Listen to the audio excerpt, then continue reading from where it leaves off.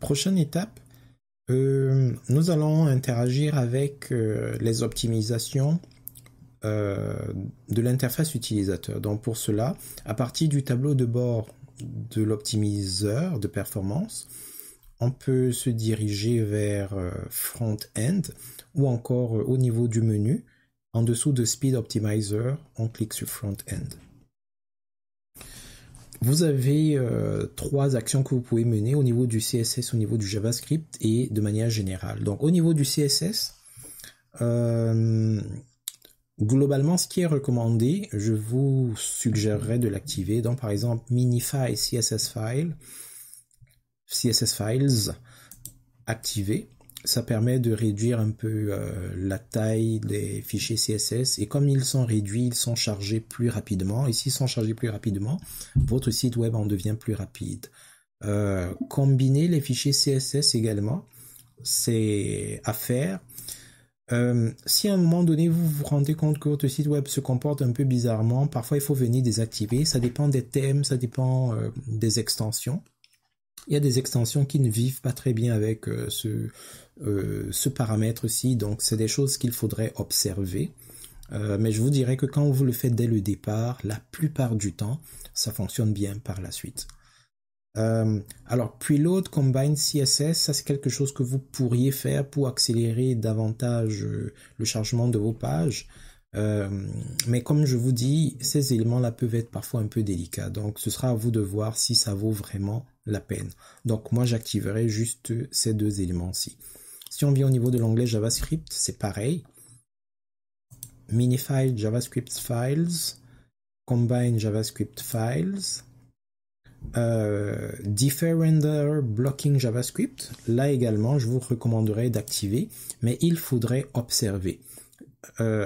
Si vous vous rendez compte que certaines choses ne fonctionnent pas très bien au niveau de votre site web ou ne fonctionnent pas comme il devrait, ça c'est l'un des premiers éléments qu'il faudrait désactiver. Pourquoi? Parce que beaucoup de sites web travaillent avec JavaScript en termes de fonctionnalités. Donc lorsque certaines fonctionnalités sont bloqués ou en retard, c'est parfois à cause de ceci. Donc la performance, c'est parfois une histoire de compromis entre la performance brute de votre site web et les fonctionnalités qu'il faut parfois dégrader ou bref, ce sera à vous de voir. De manière générale, si vous avez une boutique avec WooCommerce, je vous dirais de désactiver cet aspect-ci. Si vous n'avez pas WooCommerce, activez ceci. Je le dis parce que après avoir fait quelques expériences en ce qui me concerne, je me suis rendu compte que certaines fonctionnalités de WooCommerce pouvaient être bloquées par ces fonctions-ci. Mais c'est dans des conditions particulières. C'est juste que si vous ne savez pas où chercher, ça peut devenir compliqué à diagnostiquer. Donc, si vous avez WooCommerce, désactivez pour plus de sécurité, sinon activez. Et puis au niveau général, Minify, tout ce qui est Minify, je vous dirais qu'il faut le faire. Et puis, parmi les autres choses à faire, les emojis, à moins que vous vous en serviez, je vous recommanderais de l'enlever. C'est fou la performance que vous allez gagner en désactivant juste ceci. Au niveau du chargement des polices,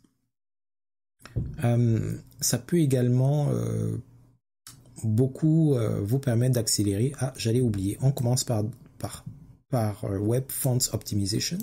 Vous activez ceci parce que surtout si vous travaillez avec Elementor, mais de plus en plus de technologies web se servent des polices Google. Or, les polices Google sont hébergées ailleurs, chez Google.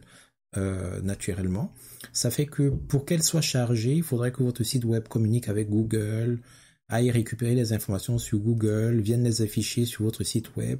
Alors c'est des petits délais, sauf que si on interroge beaucoup votre site web, 1 seconde ici, 2 secondes là-bas, etc., à un moment donné, ça s'accumule et puis votre site web peut perdre en termes de performance. Donc en activant l'optimisation des polices, vous gagnez en performance. Et vous pouvez également précharger les polices. Si vous savez à l'avance quelles sont les polices dont vous allez vous servir, vous pouvez indiquer ici, là, où est-ce qu'elles se trouvent. Alors ici, là, il faut indiquer l'emplacement de la version WOF 2 de votre police. Nous allons faire une capsule séparée pour vous indiquer comment est-ce que vous pouvez faire pour obtenir cette URL-ci et comment vous pouvez faire pour rajouter les polices à précharger, le cas échéant. Donc, lorsque vous êtes satisfait, c'est bon. Et ça fait le tour de tout ce qui est optimisation du front-end.